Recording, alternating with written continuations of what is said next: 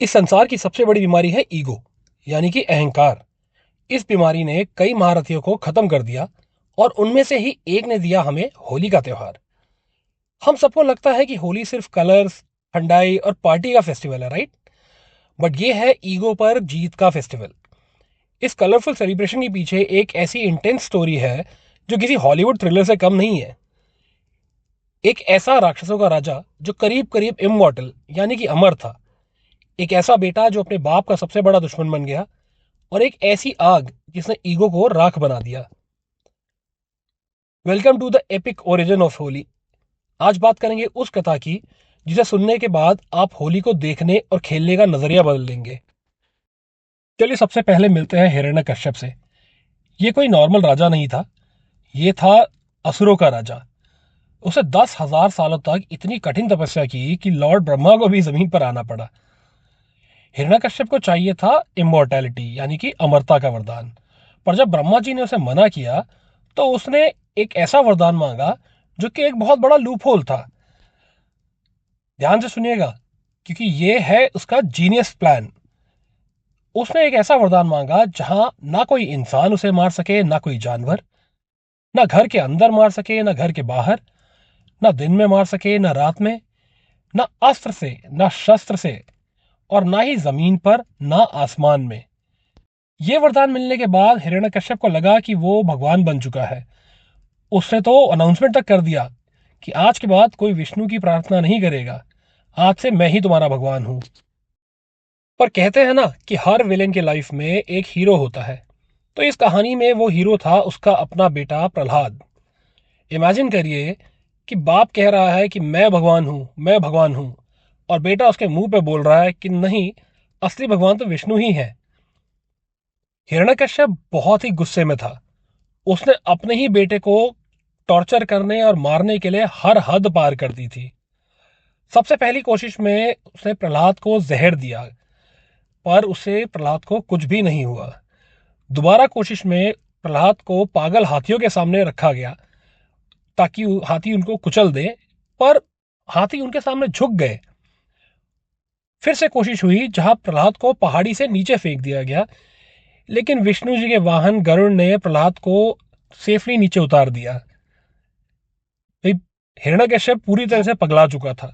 उसको समझ नहीं आ रहा था कि एक छोटा सा बच्चा उसकी इतनी ज्यादा बड़ी पावर को कैसे चैलेंज कर रहा है। सब कुछ ट्राई कर लेने के बाद जब वो प्रहलाद का कुछ नुकसान नहीं कर पाया तो एंट्री हुई होलिका की, हिरण्यकश्यप की बहन। होलिका के पास एक मैजिकल शॉल था जिसको पहनकर वो आग में भी जलती नहीं थी। प्लेन और सिंपल था। होलिका प्रहलाद को लेकर एक चिता पर बैठ जाएगी, प्रहलाद जल जाएगा और होलिका अपने मैजिकल शॉल की वजह से बच जाएगी।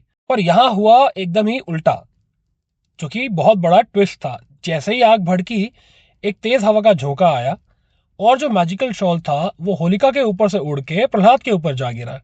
वेल, होना क्या था, होलिका जल के राख हो गई और प्रहलाद आग से मुस्कुराते हुए बाहर आ गया।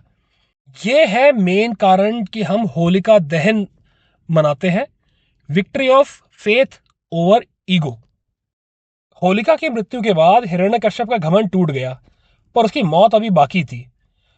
अब विष्णु जी ने लिया अपने सबसे भयंकर अवतार, नरसिंह अवतार।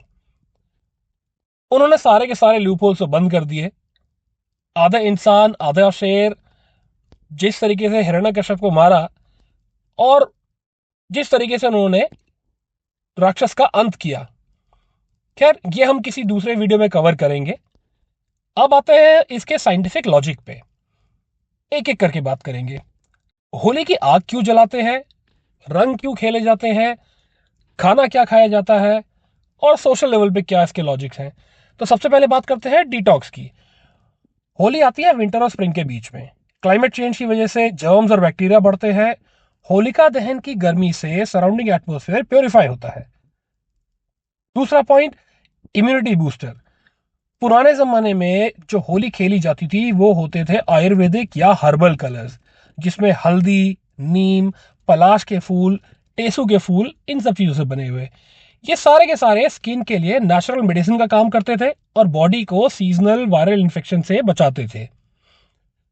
तीसरा point, the social aspect. Holi पर जब सब पे रंग चढ़ जाता है, सब रंग में रंग जाते हैं, तो कोई अमीर या गरीब और जात पात नहीं दिखता। ये बेसिकली ईगो को खत्म करता है और लोगों को साथ लाने का त्योहार काम करता है। तो इस साल जब आप रंग उड़ाएं, होलिका दहन करें और स्वादिष्ट व्यंजन खाएं, तो याद रखिए, होली सिर्फ मजे के लिए नहीं है, बल्कि बुरे वक्त में फेथ रखने का भी सिंबल है। अपने ईगो को होलिका की तरह दहन कर देने का भी सिंबल है। अगर ये वीडियो आपको अच्छी लगी हो तो अपने होली गैंग के साथ में शेयर करें, अपनी फैमिली के साथ में शेयर करें और कमेंट करके बताएं कि आपकी होली की फेवरेट मेमोरी क्या है। एडवांस में हैप्पी होली गाइस। साइंटिफिक सनातन की तरफ से, स्प्रेड लव नॉट ईगो।